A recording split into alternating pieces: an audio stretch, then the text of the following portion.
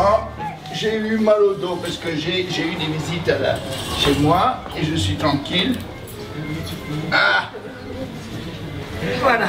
Alors la première chose qu'on m'a dit, tu sais, Sophie Calle l'a déjà fait. J'ai dit, mais non, je l'ai fait avant Sophie Calle. Mais c'est de se mettre au lit, c'est tellement pratique. Parce que quand on a un peu mal au dos, on est bien, et pour débattre, il faudrait que tu me mettes un coussin de plus. Il n'y a pas un coussin de plus là-bas derrière, pour que je me sente un peu mieux. Je me lèverai parce que j'aurais toujours envie d'écrire. Le débat, c'est quand même concerne, y a-t-il du nouveau? J'ai eu un débat chez moi sur le thème du zen. Et est-ce que le zen est hypocrisie ou est-ce que le zen existe? Est-ce qu'on peut être vraiment zen au-dessus de la mêlée et dire, bon, tout le monde est égoïste, moi je suis zen? Et j'ai dit non, le zen n'existe pas, c'est une forme d'hypocrisie. Elle n'était pas très contente avec moi, elle n'était pas d'accord avec moi là-dessus. Et moi je maintiens quand même que le zen, quelqu'un qui dit j'ai affaire qu'à des égoïstes cons, j'ai affaire qu'à des égos partout, je veux me retirer, essayer de survoler la situation. C'est quand même une forme d'égo, non? C'est une forme de fuite. C'est une forme de fuite, mais une fuite, c'est une stratégie. La fuite est une stratégie, comme il y a par exemple la salamandre, il se déguise pour fuir. Les animaux, il y en a qui font de la fuite une stratégie de survie. Donc je lui ai dit que quand même votre stratégie zen est une forme de survie, donc c'est de l'ego quand même. C'est l'ego qui survit en se disant je ne me fais pas me voir, il vaut mieux vivre caché que pas caché, ceci, cela. Donc, et c'était intéressant. Alors je vous dirais avec qui j'ai discuté pendant 1 heure, avec Stéphanie de Monaco qui est venue chez moi pour m'acheter un tableau sur le sida. Alors, elle est venue avec sa Rolls Royce, sa belle voiture, et 4 mecs qui sont descendus. Et il y avait un monsieur qui était en train de me livrer quelque chose, il disait mais c'est vraiment Stéphanie de Monaco. Je dis oui, c'est Stéphanie de Monaco. Elle est très très très gentille. Elle a de très très beaux yeux, elle est très très simple. Mais ceci dit, quand je lui ai parlé d'eux, elle m'a dit je vais essayer d'être zen et de ne pas avoir à faire à l'ego. Moi, ça quand même, ça m'a marqué cette histoire-là. Moi, je vous présente quand même un artiste ici qui croit faire du nouveau, ou qui est faire du nouveau bas, c'est ça ici. Et ça ici, il a montré un tableau qui est en bas. Alors moi j'avais pris le principe que toute personne qui a envie de montrer un tableau et qu'on en discute peut le faire.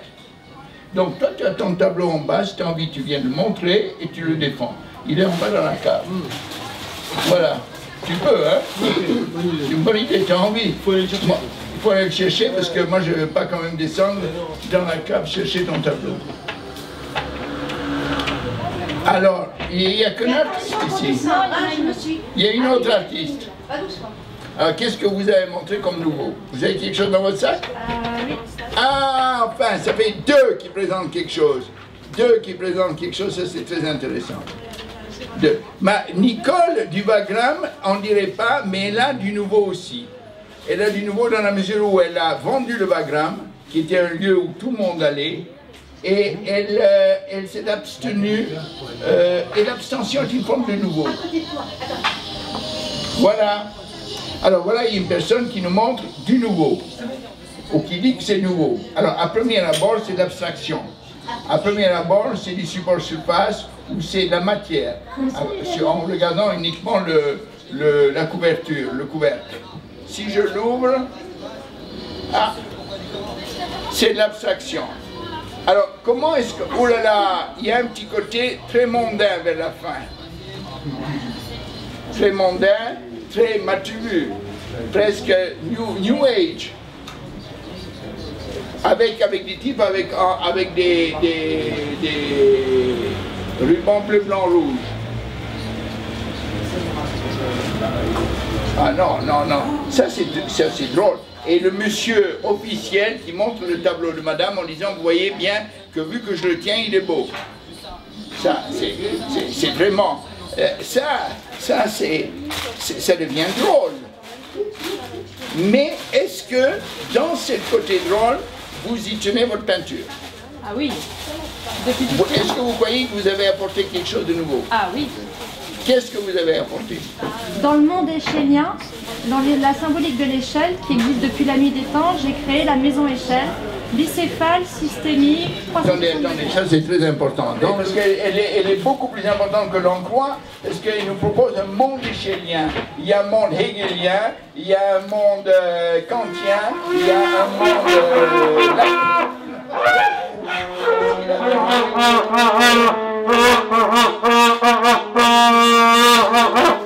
Je vais rappeler qu'on va débattre de votre nouveauté tout à l'heure. Parce que le problème c'est qui a quelque chose de nouveau à apporter. Vous apportez quelque chose de nouveau. C'est bien, c'est positif. C'est rentrer dans un espace et étonner les gens avec trombone, c'est nouveau. C'est quand même un 4 sur 10. 4 sur 10 de nouveauté. Mais est-ce qu'on peut faire une carrière avec? Ah, ils sont partout, oui, il faut s'entraîner. Oui, oui, ils sont partout, ils sont très forts. Donc c'est un groupe. Donc on doit les classer dans le cadre des groupes. Dans les groupes de vivants, tout ça. Moi je classe. Mais je voudrais revenir à madame qui m'a présenté ça en me disant c'est nouveau. Elle a dit que c'est dans le cadre échélien. Est-ce que vous pouvez vous expliquer? Depuis la nuit des temps, vous voulez le micro? Oui, s'il vous plaît, mais parlez fort dans le micro. Ah, moi je peux m'endormir? Alors, depuis la nuit des temps, dans tous les continents, sur toutes les cultures, le monde des échelles existe. C'est une symbolique très forte, depuis Confucius jusqu'à nos jours. Et quel que soit le métier, quelle que soit la situation dans notre vie quotidienne, tout est en degrés, tout est en thème de mesure, y compris homme, qui veut dire celui qui sait mesurer, donc aussi bien les distances que le poids de ses mots, que le poids de ses actes, et d'où le sens de la responsabilité dans le monde échélien. Et j'ai repris cette grande symbolique donc, de Confucius en passant par l'échelle de Jacob, l'échelle de Saint-Benoît, l'échelle de Saint-Vincent et toutes les autres échelles qui existent, aussi bien dans le monde technique que dans le monde médical, scientifique, ou bien tout simplement humain. Alors, échelle, par exemple, dans le monde artistique, on dit qu'il y a une échelle de valeurs entre Manet, Monet, tout ça. C'est une échelle. L'échelle des valeurs, l'échelle des couleurs, l'échelle des temps, l'échelle des distances. Dans la médecine, l'échelle de Braddon, l'échelle de Katz. Enfin voilà, tout se mesure et tout est échélien. Et donc j'ai repris ce thème classique après avoir étudié les différentes échelles dans différentes civilisations et à travers les différents temps. Et je l'ai rallié. C'est-à-dire que les Mayas, ils ont leur échelle, les Occidentaux, ils ont leur échelle, les Inuits, ils ont leur échelle. Et l'échelle veut dire quoi? Meilleur ou moins bon? En dessous de tout, ou est-ce qu'il y a une échelle? Comment elle est deux? C'est le symbole de l'air, et en clair ça veut dire ne pas rester là où on est, mais aller de l'avant et progresser, ne pas avoir peur de se dépasser, d'aller vers les autres. C'est aussi un point de rencontre entre un point X et un point Y, et l'échelle est un passage, un chemin. Et les symboliques les plus fortes de l'échelle qui se regroupent à travers toutes les civilisations, c'est la liberté, le chemin, le passage et l'ascension. Voilà, donc c'est un point commun entre toutes les cultures. Et moi j'ai étudié... Non mais là, vous décidez, cela c'est comme si vous faites une cosmogonie, une cosmogologie, comment est-ce qu'on appelle ça? Quelqu'un qui explique l'univers, qui a décidé d'expliquer l'univers à partir du thème de l'échelle. Tout le monde a des échelles, et dans l'échelle, je suis l'échelle des échelles. C'est ça. Alors, mais c'est tricherie, ça. C'est l'échelle que j'aime. C'est l'échelle. C'est pas moi qui ai décidé. C'est pas moi qui ai décidé, c'est à force de lecture et de recherche, et j'ai fait une sorte de travail d'épistémologue, et c'est les points de rencontre. Oui, mais quand même, ça a l'air d'une revue de pute, dans la mesure où, regardez, il y a la photo, là, vous êtes avec le prince régné ou je ne sais pas qui, là vous êtes en sorte, c'est l'échelle de comment on pourrait dire, l'échelle de je me fais voir ailleurs. Alors Ben, c'est un très très beau compliment, parce qu'au moins mon échelle est publique. Donc elle est accessible à tous et à toutes. Et donc c'est pas un compliment, c'est bien, mais je veux dire, non, c'est un compliment. Mais ceci dit, votre peinture, est-ce que votre peinture apporte du nouveau? Dans le cadre de votre échelle, oui. Dans le concept, oui. Dans le concept échelle. Mais si quelqu'un ne connaît pas l'histoire de l'échelle, il voit ça, il dit tiens, l'abstractionnisme que j'ai déjà vu chez Pollock en 1948, avec une petite variation, remplir l'espace d'un trait qui occupe l'espace. C'est pas une peinture qui nous étonne, qui n'est pas une peinture qui nous choque. Les jeunes gens là, ils ont choqué plus, beaucoup plus étonnant là. C'est très bien, ça doit être mon côté bourgeois. Alors il y a une échelle de bourgeoisie chez vous? Sûrement, mais comme j'ai étudié toutes les échelles qui m'ont précédé de l'Antiquité à ça c'est 100% Pollock ça. 100%. Presque, on dirait Alors que là, il faisait beaucoup de pics, il était tout en aiguille et moi je suis tout en rondeur. Tandis que là c'est différent, mais là c'est joli. Vous savez qu'il y a un artiste qui fait un peu ce que vous faites là, et qui est rue Dante, et qui s'appelle il a un magasin qui s'appelle le Non-Art gratuit, qui est fantastique, et que je trouve que je lui ai donné une bonne note de nouveau. Mais vous ne le connaissez pas, je sais pas, moi je ne le connais pas assez pour en parler. Ceci dit, elle défend son point de vue de nouveauté en disant ce que je fais est important parce que ça rentre dans le cadre des échelles. Et nous, on croyait échelle, monter l'échelle, passe-moi l'échelle, je vais monter au 4e. Elle nous dit, l'échelle, tout est échelle dans la vie. Et ça, c'est quelque chose de nouveau. Donc je dirais que pour la théorie des échelles, je vous donne une bonne note. Pour la peinture, je vous donne un 0 sur 10. C'est bien, j'ai tout à faire devant moi alors. Maintenant, on passe à l'œuvre de ça ici. Mais je sais pas, vous avez droit. Non, mais moi je vous donne. Mais les gens vont trouver que votre tableau est très beau. Où est ton tableau, ça ici? Il est derrière toi. Ben, derrière moi. Alors, ça ici, mets-le sur là-dessus. Le maître d'école de Nice. Alors, ça ici, je ne veux pas en parler deux fois. Et ça ici, pourquoi est-ce que tu trouves que tu fais du nouveau là avec ça? Est-ce que ce n'est pas un peu écoute en te disant, bon, je vais mettre le portrait de Duchamp, donc j'ai récupéré la gloire de Duchamp, je vais mettre le portrait des révolutionnaires, donc je vais me faire passer pour un révolutionnaire. Je vais mettre le portrait de Kadhafi, donc je vais jouer je vais me faire passer. Donc, en fin de compte, tu as l'actualité qui joue là-dedans, l'actualité révolutionnaire forte. Hein? Et tu fais penser que tu avances comme ça. Bon, c'est mieux que ce que tu faisais avant. Avant, tu faisais des fleurs, non? Des bouquets de fleurs. Et des paysages. Bon, tu es passé du paysage à l'actualité. Bon, tu essayes de te défendre. Moi, tel quel, je vois rien. J'ai vu une certaine qualité. Il m'a étonné, surtout le portrait de Duchamp, parce que moi je suis un maniaque de Duchamp. Donc automatiquement je me suis dit, il veut récupérer l'actualité, et la récupérant, il dit, moi ça ici je marche avec. Et alors comme c'est l'actualité qui l'intéresse, c'est la révolution, donc il marche avec des révolutionnaires ou quelque chose comme ça, non? Pourquoi est-ce que je devrais acheter ça? Pourquoi est-ce que je devrais acheter en pensant demain matin j'essaie de le vendre et personne ne me l'achète? Non, mais tu devrais pas acheter ça à la personne. Non, pourquoi? Parce que tout le monde dit je t'aime toi. Il n'est pas obligé d'acheter. Non, ça ici à la parole. Ça ici, lève-toi. Non, je sais pas pourquoi. Écoute, pourquoi je trouve que... Tu connais, tu as personne. 2 minutes, laisse-le parler.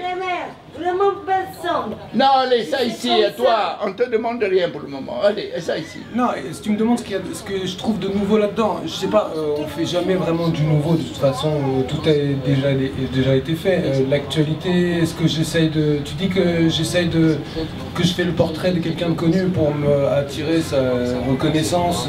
Non, parce qu'on a reproché ça, on a reproché ça à Andy Warhol en disant Andy Warhol, en peignant le portrait de Marilyn, prend la gloire de Marilyn et s'ajoute à la sienne. Donc il prend la gloire de l'autre, ajouté à la sienne, ça fait une double gloire. Donc tout le monde dit ah Marilyn de Warhol. Donc Marilyn de Warhol, s'il avait pris la concierge, ça aurait moins bien marché que de prendre Marilyn. Bien sûr, Monsieur la parole. Il est nouveau dans son travail, mais je suis passé avant. C'est-à-dire c'est l'appropriation de ces images et les restitutions.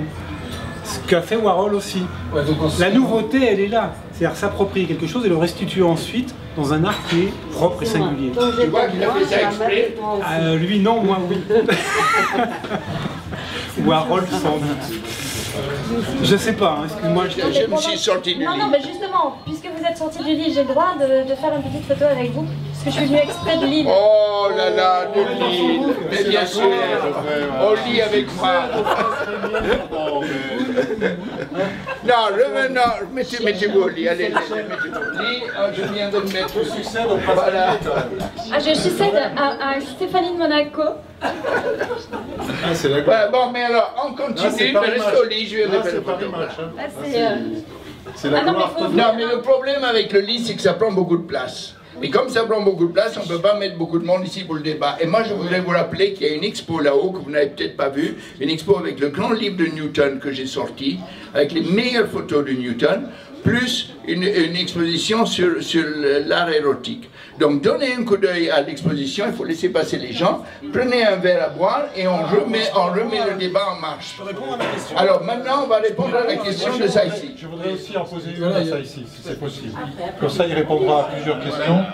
Je mets ça droit. J'ai remarqué qu'il y avait 36 poses, 6 x 6. Est-ce qu'il y a une symbolique du nombre 36?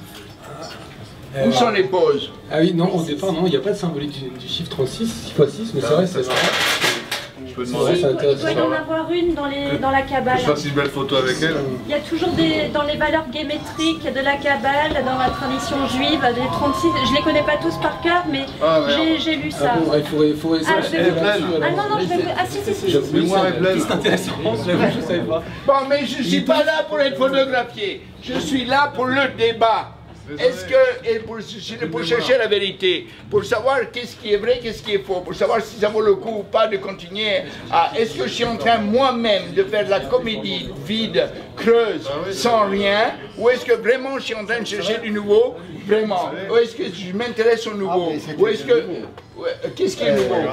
Alors, Ludo a la parole, Ludo a la parole. Ludo croit que j'ai du nouveau. Quand ils ont arrivé avec les... Ah oui, oui, alors les trombones, c'est bon, c'est le plus nouveau. Alors pour le moment, c'est vous qui gagnez, vous êtes le plus nouveau. Merci. Vous êtes le plus nouveau.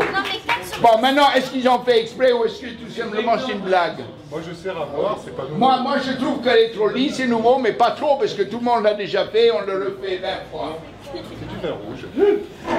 Bon, est-ce que...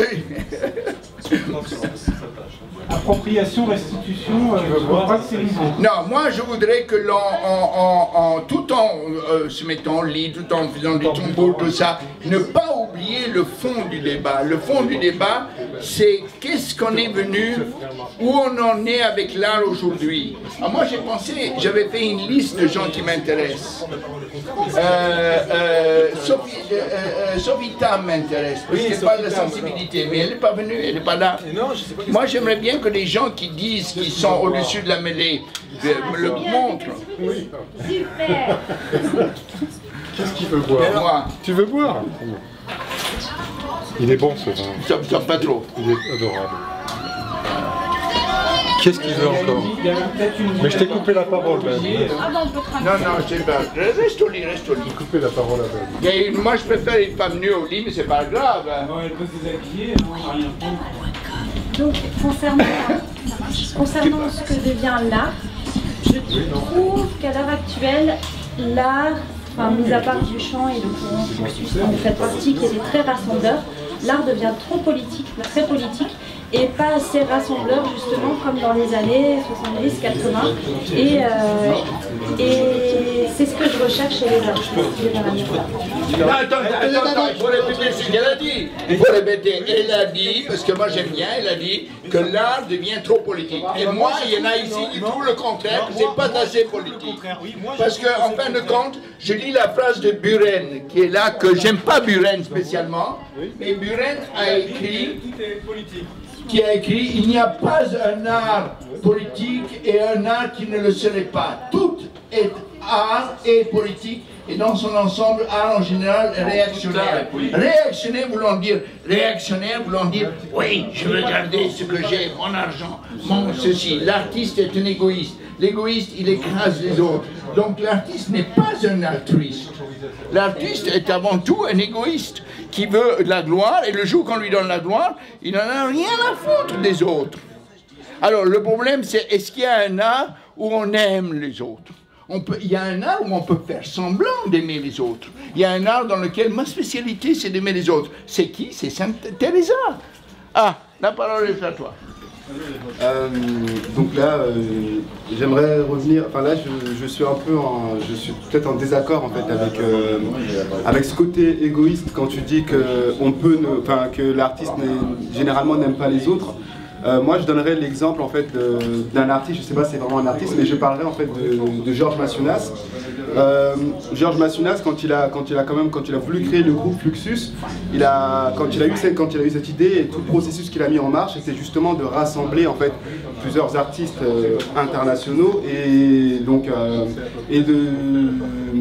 d'essayer d'être comment dire, d'avoir un peu une posture anticonformiste par rapport à et anti-bourgeois aussi. Anti-bourgeois, et il a voulu que l'art ne se vende pas. Il a demandé à ceux qu'on fasse tous de l'art gratuit, presque, et ceci, cela. Et aujourd'hui, un petit œuvre de Massounas coûte 1000 €. Donc, en fin de compte, il n'a pas réussi. Il n'a pas réussi. Il a voulu jouer l'anti-vedette, il a voulu jouer On est tous des artistes, comme Beuys, il a voulu jouer la carte de l'ouverture, et elle n'a pas marché, puisque aujourd'hui, les musées se disent, j'ai un Massounas, ça vous mine, et l'autre qui dit j'en ai deux. Donc en fin de compte, tu ne peux pas éliminer l'élitisme.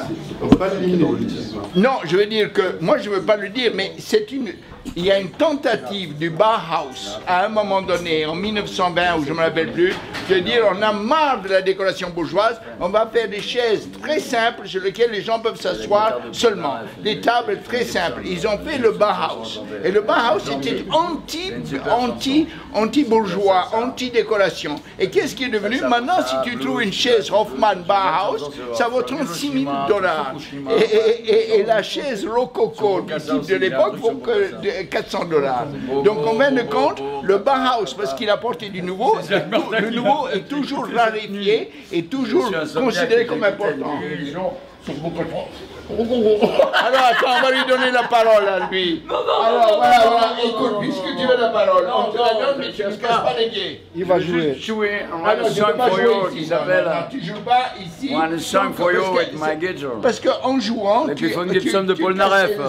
Je monte pas mon cul, moi. Ludo, tu le mets dehors, gentiment. Mets-le dehors. Dehors, tu le mets dehors. Il est fou, Ben. Je reviendrai, je t'aurai. Oui, mais on te met dehors quand même. Mets-le dehors. Bon, mais c'est pas ça qui compte. Ce qui compte, c'est qu'il croit en l'art et il a fait une fois une foire de l'art. Et cette foire de l'art, il a ouvert à tout le monde. Il n'a pas dit je prends que 12 ou 15 galeries élitistes pour être dans Art Press, pour être dans Beaux-Arts. Il a ouvert à tous les artistes et à tout le monde pour avoir un stand. Et cette foire de l'art était remplie de créativité. Ensuite, lui-même, il s'est cru artiste. Il a commencé à faire du sous-César. Qu'est-ce que c'est du sous-César? César compresse des bouteilles de Coca-Cola. Il a trouvé des bouteilles de Coca-Cola par terre écrasées dans la rue. Il a dit, je signe ça, Robert Rooks. Je lui ai dit, quand même, c'est pas très nouveau. Ah, mais tiens, ici on attaque, hein. C'est un espace à débattre. Alors on va essayer de le mettre minable, ton Robert Rooks. On va le mettre minable. C'est du souk César. Bon, mais après, tout d'un coup, à force de faire du sous-César, à force d'en coller un sur l'autre, il s'est aperçu qu'il y avait quelque chose derrière qu'il n'avait pas vu. Et que César n'avait pas vu, c'était dans les couleurs et dans quelque chose se passait. C'est-à-dire qu'on part pour faire quelque chose, et en croyant faire quelque chose d'autre, on fait autre chose. Et c'est là que je dis que Robert a droit de citer, d'avoir apporté autre chose. Il faut tirer la table ici, s'il vous plaît. Oui, peut-être. Parce que les gens veulent monter et voir l'exposition là-haut. C'est intéressant. Croyons faire quelque chose. Allez, on tire la chaise là-bas. Voilà. Là par exemple, là, vous êtes en train de faire la musique pour chaises et tables de la Montaigne. Parce que un jour, la Montaigne a pris des chaises et tout le monde a commencé à bouger les chaises et il a inventé la musique pour chaises. Mais ce que la Montaigne a apporté comme nouveauté, c'est la longueur. C'est-à-dire qu'il faut que ça dure longtemps. Il a fait une musique qui est répétitive, qui a donné celle de Phil Glass et de tout le monde. C'est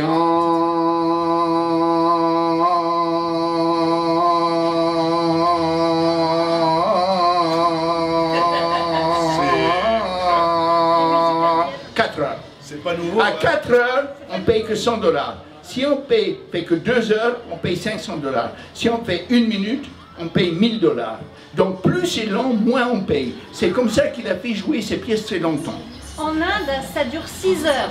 En Inde, ça dure 6 heures. Donc il est allé en Inde, il a rencontré les pandits et tout ça, et il les a fait venir. Et c'est là que je lui ai fait un reproche à Lamont et Young, parce que Lamont et Young était sorti quelque part de la classe de John Cage, il avait trouvé du nouveau. Tu t'en vas? Non, non, non, je suis là, je suis là. Bon, je voulais savoir si on peut t'attaquer encore un peu. Non, parce que moi j'attaque. Parce que là, j'ai parti dans une grande tirade. Donc ah, il a dit que je suis parti dans une grande tirade. Bon, mais c'est vrai que j'étais parti dans une grande tirade. Sur John Cage. Sur John Cage, qui reste un de mes maîtres à penser. Mais c'est pas John Cage, c'était Lamont et Young qui a donc créé la musique répétitive et la longueur qui, comme il le dit, vient de l'Inde du Nord. Mais l'Inde du Nord, c'était chez eux traditionnel, tandis que chez John Cage est venu du art contemporain. Et la musique contemporaine a rencontré la musique traditionnelle, et c'est là que je trouve que Lamont et Young a perdu. Parce que il s'est mis presque à s'habiller comme un Indien de l'époque, et il a fait venir les pandits qui lui ont appris le problème des quarts de ton. C'est-à-dire que Beethoven fait de la musique comme ça, et avec un seul des na, Lamont et Young, il fait sur les quarts de ton. Donc le quart de ton est aussi important chez lui, la variation du quart de ton, que est toutes les notes du solfège pour Beethoven ou Mozart. Mais moi les deux sont bons. Bon, où est-ce qu'on en est pour un débat? Allez hop, à toi. Tu as parlé de cet artiste qui n'a pas réussi parce que des années après, son objectif n'était pas atteint sur le prix des chaises du Bauhaus. Ah non, son petit... Moi je pose la question, qu'est-ce que c'est que réussir? Et ce que tu sous-entends, c'est qu'il n'a pas réussi parce que dans la durée, son objectif n'existe plus. Eh bien, je me demande si c'est une bonne façon de regarder atteindre un objectif. Est-ce que c'est une bonne façon? Est-ce que réussir, c'est dans la durée? Pour moi, je me demande si réussir, c'est pas simplement faire une expérience sur une échelle de temps, et puis ça ne dure pas, c'est pas pour ça que ce n'est pas une réussite. Et j'ai pensé à ça en vivant une partie de l'été dans une pseudo-communauté. Et puis les critiques qui venaient de l'extérieur, c'était mais c'est pas durable, c'est un peu bancal, ça va se casser la gueule. Et je me suis dit mais aujourd'hui une entreprise viable, c'est quelque chose qui a au bout d'un an, 2 ans, on parle de viabilité. Et pour un projet humain ou une expérience, une démarche, on se demande mais est-ce que c'est vraiment carré, est-ce que c'est stable, est-ce que ça peut durer des dizaines d'années? Je pense qu'il ne faut pas regarder comme ça, et simplement une expérience qui existe, c'est une réussite, même si elle se casse la gueule au bout d'un temps très court. Non, j'ai bien aimé, moi personnellement, j'ai bien aimé ton argumentation là. Reprenons Bauhaus, quand j'ai dit qu'ils n'ont pas réussi, c'est le contraire. Attends, une seconde, voyons un peu. Il y a la bourgeoisie qui est au pouvoir. Il y a le royaume, tout est fioritura, fioritura, fioritura, bellezza, et tout est décoration, de volutes et tout ça.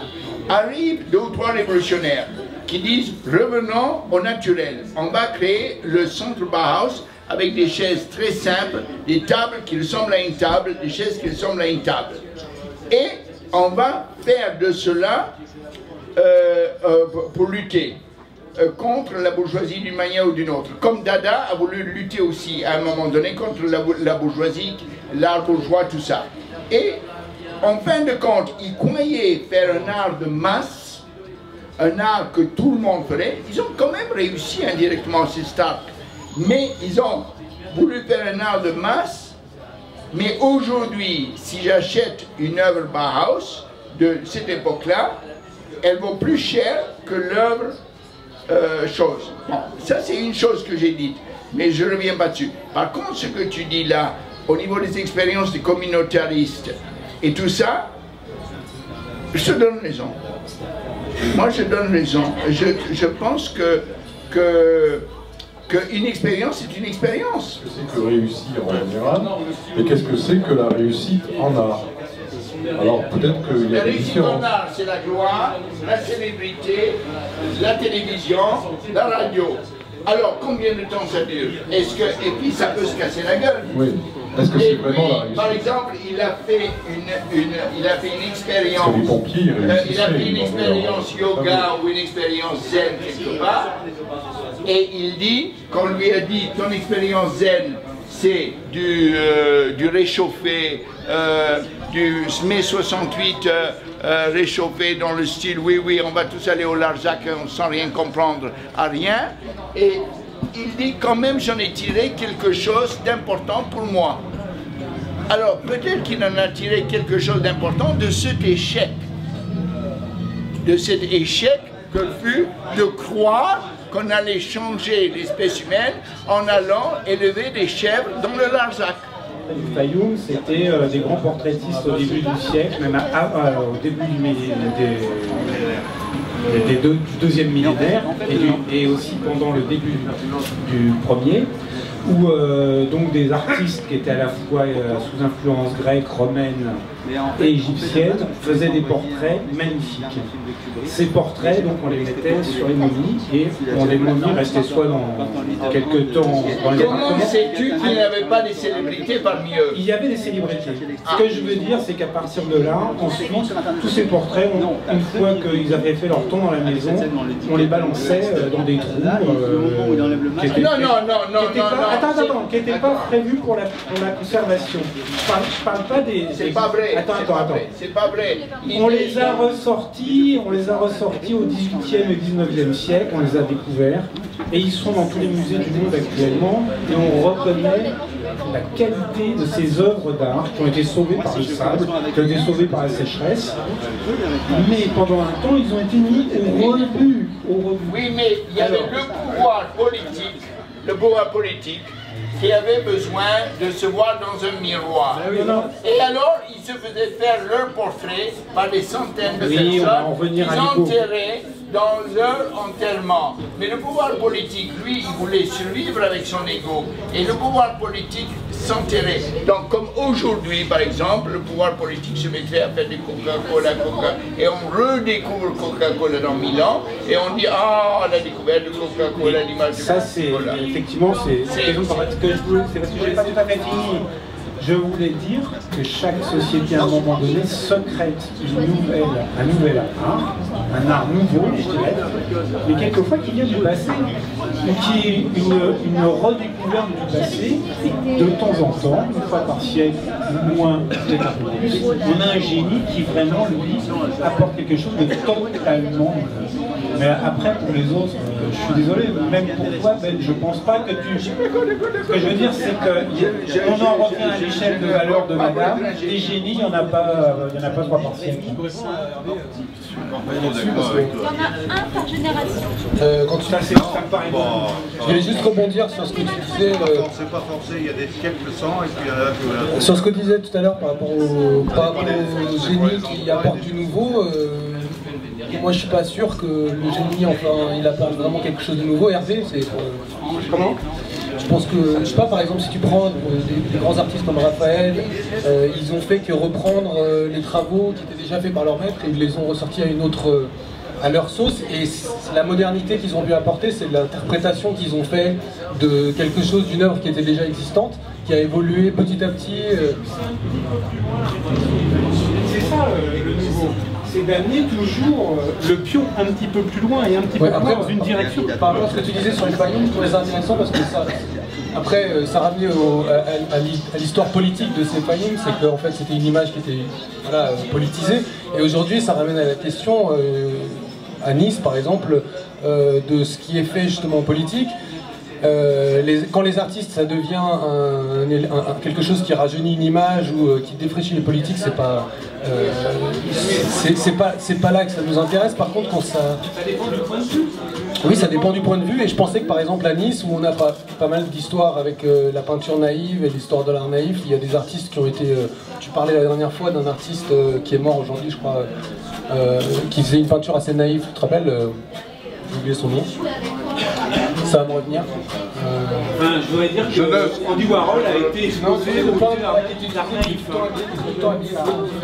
Sur Nice qui était Regarde. Non.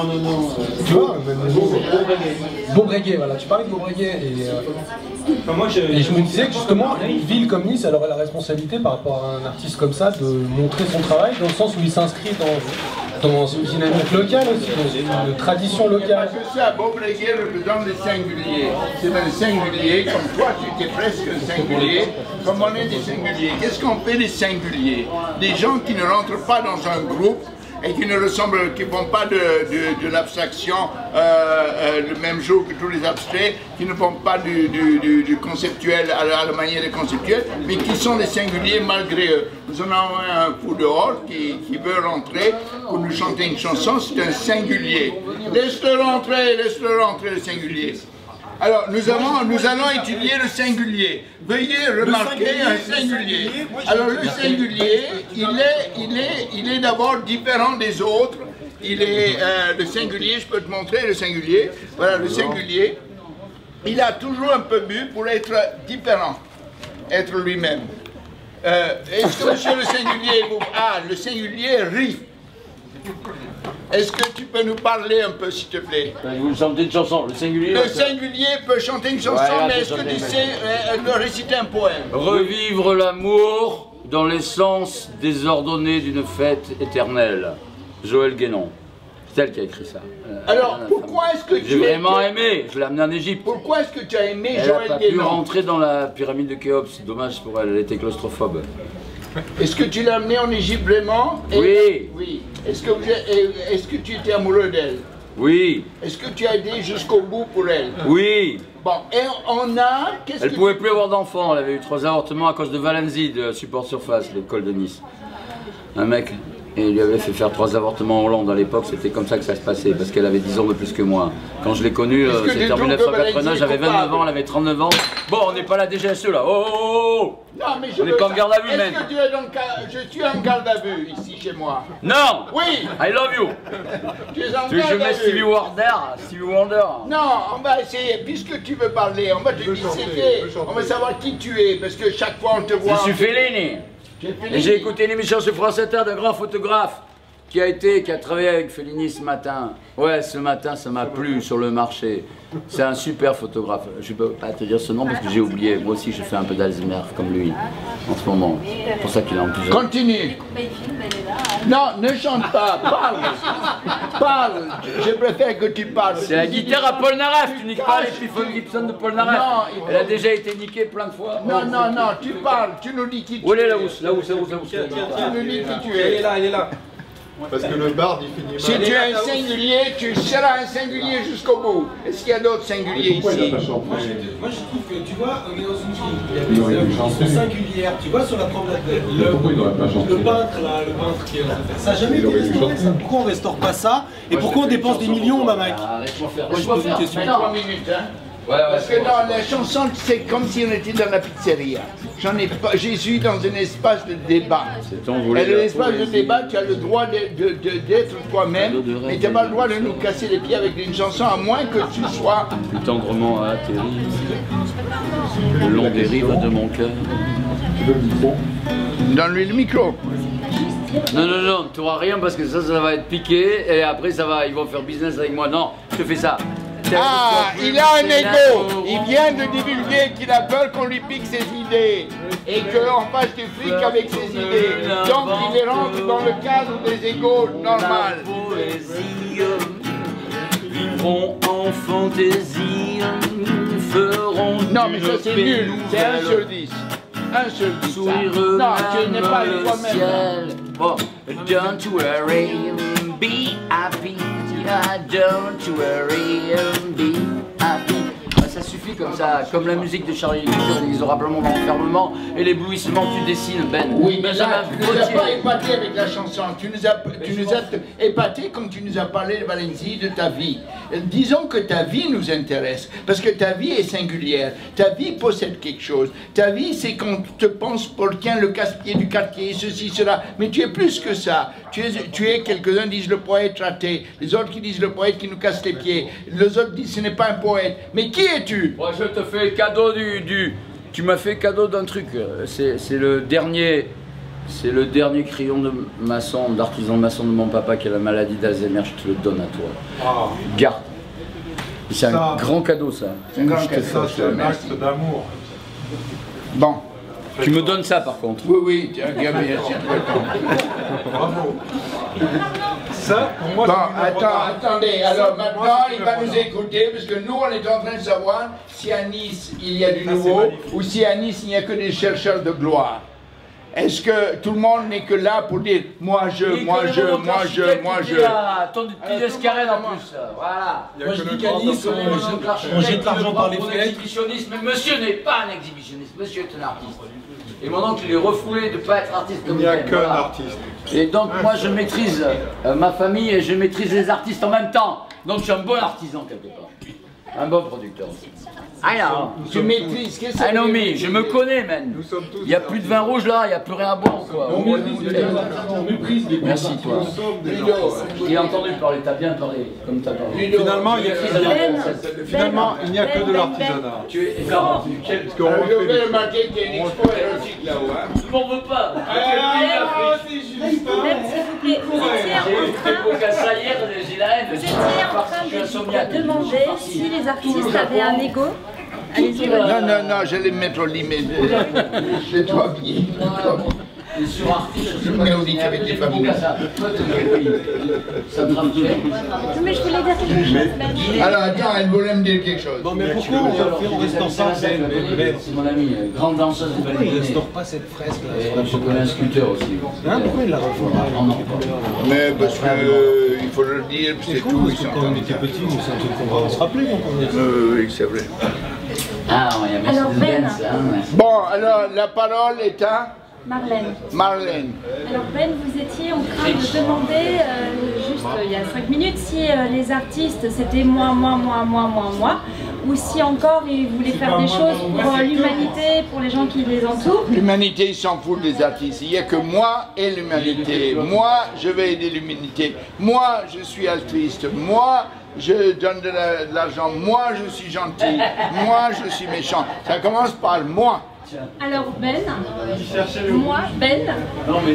j'aimerais savoir si le moi Ben aimerait participer à une vente aux enchères au profit d'une association qui s'appelle Trait d'Union et me faire... Ça y est, on essaie de m'embarquer dans une histoire encore louche. Non, c'est pas louche du tout, c'est une vente qui aura lieu à Cannes en mai 2012. Mais ça c'est des affaires, on discutera des affaires tout à l'heure. Les affaires, non, là en fin de compte c'est la preuve, c'est que l'artiste il devient un mouton dont on se sert. On se sert du mouton, s'il marche, on va le tondre, s'il ne marche pas, on va le rejeter, on dit tiens excuse-moi, je t'ai pas revu, je t'ai pas reconnu. Et s'il marche, s'il est connu, là on va essayer de le tondre. Voilà.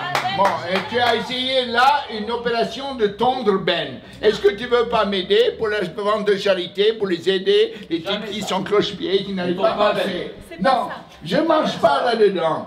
Si tu m'avais dit Ben... J'ai un droit de réponse. Elle a un droit de réponse. Ben, avant d'être qui vous êtes, est-ce que vous êtes? Il y a des gens autour de vous qui vous ont élevé et qui ont cru en vous. Et donc, on démarre tous du point zéro ou de pas grand-chose. Mais bien sûr, mais moi je n'ai jamais cru en Ben vraiment. Je ne crois toujours pas en Ben, parce que je crois qu'il y a une surévaluation d'une situation qui est fausse. Je me dis, bon, je suis connu ici dans le quartier rue Vernier, ils me disent, bonjour, je te fais crédit, tiens, tu peux payer tes biens un peu plus tard. Mais stop, si je vais en Chine, il n'y a plus personne qui me connaît, ni rien du tout. Et puis, même pas. Et même si je t'ai connu en Chine, je dirais que c'est d'usurpation d'identité.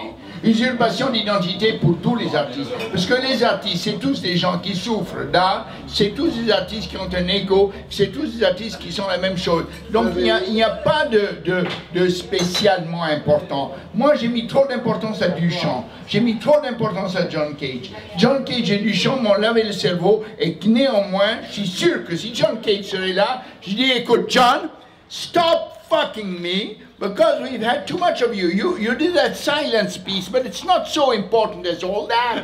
You invented it in 2 minutes. It's okay, it's enough. un Duchamp, je lui dirais, why you copied Brancusi, which was you were jealous of Brancusi. Et j'essaierai de les enfoncer. Pourquoi? Parce que je ne veux pas de vedette. Un des deux. Bravo. Je pose une question générale. Est-ce que l'art conduit au bonheur? Oui. Est-ce que l'art conduit au bonheur? Il n'y a pas de chemin vers le bonheur. Le bonheur est le chemin. Art veut dire savoir-faire, donc à partir du moment... Art veut dire savoir-faire, donc quel que soit le degré d'expertise et quels que soient les métiers, à partir du moment où vous atteignez un certain degré d'expérience et de compétence et de maîtrise de ce que vous faites, bah vous êtes heureux. Mais c'est de l'artisanat. C'est pas mal. Hop, à toi. Est-ce que l'art conduit au bonheur? Je pense que c'est comme avec le fric, si c'était le cas, ça se saurait. Et puis il y a suffisamment de contre-exemples pour que ce ne soit pas une loi absolue. Il y en a pas mal des grands artistes qui sont passés par la fenêtre.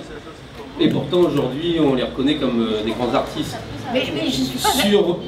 Pardon, vas-y. Annie voudrait parler, prendre la parole. Non, mais je pense que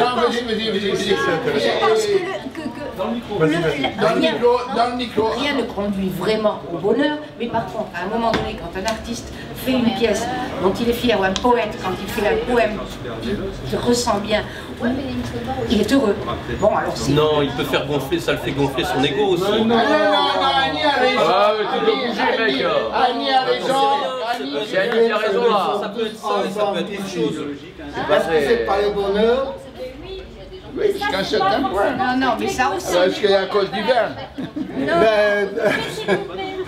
Non, je crois que Annie a raison, parce qu'elle a un côté bon sens. Le jour que je ponds un poème qui me plaît, même s'il plaît à personne, et que je me dis, merde, tu as trouvé quelque chose à dire, tu l'as bien dit en 4-5 mots, j'ai une satisfaction. Mais pourquoi cette satisfaction? Parce que je me dis, ça va emmerder les autres. Ils vont dire, Ben, il nous emmerde encore, il est le plus fort. Il a encore trouvé un truc qu'on n'a pas trouvé. Et pourquoi est-ce que je cherche ce moment de bonheur? Pour emmerder les autres. Ça c'est votre savoir-faire. Mais c'est ce qu'on aime chez vous, Ben. Mais ça rejoint la notion de génie dont on parlait tout à l'heure. C'est tout à l'heure vous disiez qu'il n'y avait pas beaucoup de génie. Il y en avait un X siècle et encore. Mais la chose c'est que des génies destructeurs, ce monde en est plein. Mais il y a très peu de génies créateurs. Et la preuve en est, c'est que même en Inde, il y a 2 dieux. Mais là, tu fais du spiritualisme. Bientôt, tu vas te décoller, la table, va se lever, et tu vas faire de la lévitation. Les génies créateurs, lévitation, oh, Krishna, Krishna. C'est la science, hein, c'est bon, on en est là. Monsieur là-bas. Merci. Moi, ce que je pense, c'est qu'il y a le bonheur d'avoir créé une œuvre. Un artiste, oui, mais c'est le plaisir et le bonheur qu'il éprouve parce qu'il est content de son œuvre. Mais après, il y a comment cette œuvre est reçue par le public. Et les réactions sont différentes, peuvent être à l'encontre de ce que pense l'artiste. Et c'est là où son bonheur peut en prendre plein la gueule. Parce qu'il se rend compte qu'il n'est pas accepté par le public. Et comme un artiste vise à la gloire et au fait de faire plaisir aux autres aussi. Et s'il ne fait pas plaisir aux autres, et bien pour lui c'est un échec. Et là le bonheur il n'y est plus. Il faut qu'il se remette en place. C'est pas mal dit, c'est pas mal dit. Sauf si tu es Ben. Donc il a résumé, à un moment donné, je suis heureux, et les autres ne m'aiment pas, donc je suis malheureux. Mais je pense, je les aurai dans 20 ans, ils vont m'aimer. 20 ans, quand je serai mort, ils viendront chercher mes œuvres d'art. Moi, j'aimerais rebondir sur ce qu'a dit monsieur Charles. Donc vous disiez l'artiste aime faire plaisir aux autres, et donc c'est dans ça qu'il arrive à puiser son bonheur. Mais quand on prend l'exemple par exemple de Marcel Duchamp, je pense qu'il trouvait plus son bonheur en ne faisant pas justement plaisir au jury qui jugeait son œuvre comme étant non art. Et donc je pense que son bonheur était justement là, parce qu'il arrivait justement à être indifférent, et donc le bonheur était là parce qu'il ne plaisait pas. Donc s'il aurait plu Marcel Duchamp, je pense pas qu'il y aurait un bonheur. Alors ce que tu dis est très vrai et très faux en même temps, parce que je trouve que les gens comme Marcel Duchamp et John Cage, on dit on ne veut pas rentrer avec les autres, on va se décoller, on va se marquer nos différences. Donc déjà, est-ce qu'ils ont fait ça par désir de supériorité, parce qu'ils savent que, vu que tout le monde fait l'abstraction, je ne vais pas faire l'abstraction, vu que tout le monde fait ceci, alors Duchamp a même dit que l'odeur de la térébenthine l'ennuyait. Quand il y avait Manet, Monet, tous les peintres peignaient avec la térébenthine, les ateliers sentaient la térébenthine, il a dit l'odeur de la térébenthine m'emmerde. Et là, il a pris position au-dessus de la mêlée. Mais est-ce que ce n'est pas le grand artiste, c'est de faire de la rupture. La rupture, c'est de dire, je ne marche pas avec tout le monde. Je vais faire autre chose ailleurs. Mais c'est très difficile d'être une rupture. C'est impossible. D'être une variation, c'est très possible. Demain matin, je vais devenir un variateur de support surface. En 10 minutes, j'ai trouvé un truc. Si je veux être un variateur de Kandinsky, j'ai 3 minutes, je trouve un truc. Si je veux être un variateur de Duchamp, c'est très facile aussi. Je fais un objet, au lieu de mettre cette chose, je le mets en verre comme Caminetti, et c'est tout. Et ça. Mais comment faire une vraie rupture? Les ruptures, c'est des super-égos. C'est des égos qui se rendent compte de la situation, qui n'ont peut-être pas besoin de la gloire, qui se disent je ne la cherche pas maintenant et qui coupent, qui cassent le jeu. Et ils ne sont pas spiritualistes dans le style ça ne m'intéresse pas. Quand ils disent ça ne m'intéresse pas, c'est une façon de dire j'ai 4 as. Ils sont tous au poker. Et il y en a qui ont 4 as et d'autres qui ont des poules, des trucs, et ils s'en sortent pas. Qui la parole? Le débat est terminé, plus personne n'a envie de parler. Oui. Ah, madame.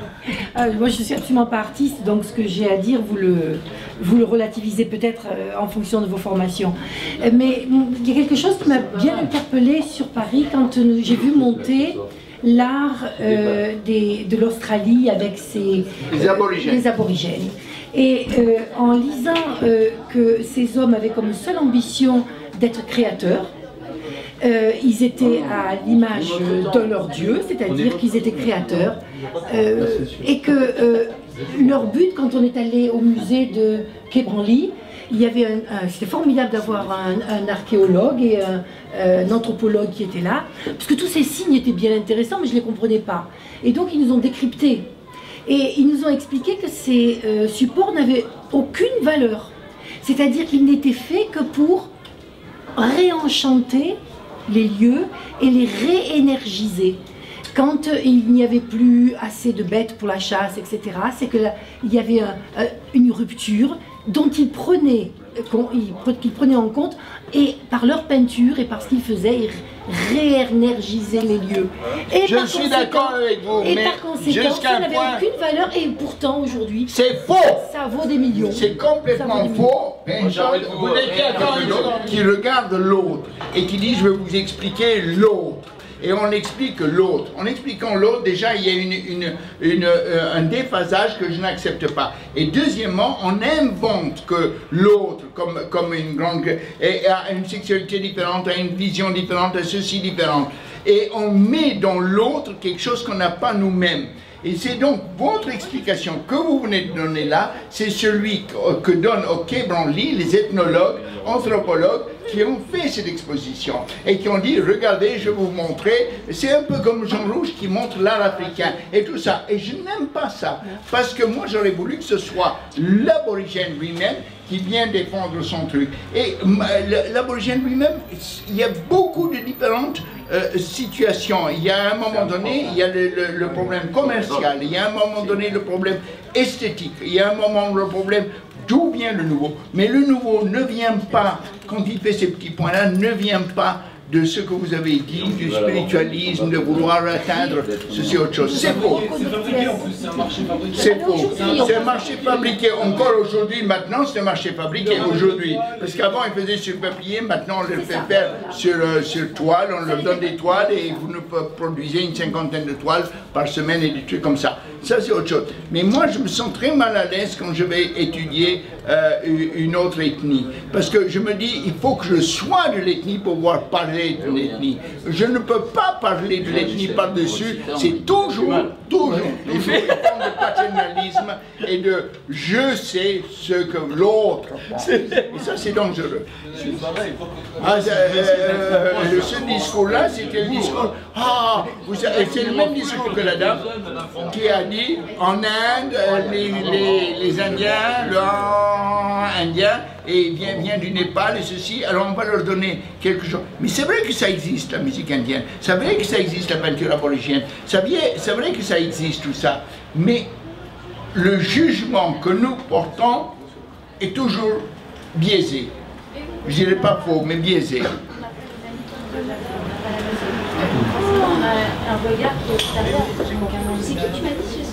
Forcément, on ne peut juger les choses, les gens qu'on rencontre, ou les situations qu'on vit, ou alors je vous les avertis, qu'avec nos codes à nous. Vous ne l'avez pas vu, vous l'avez vu.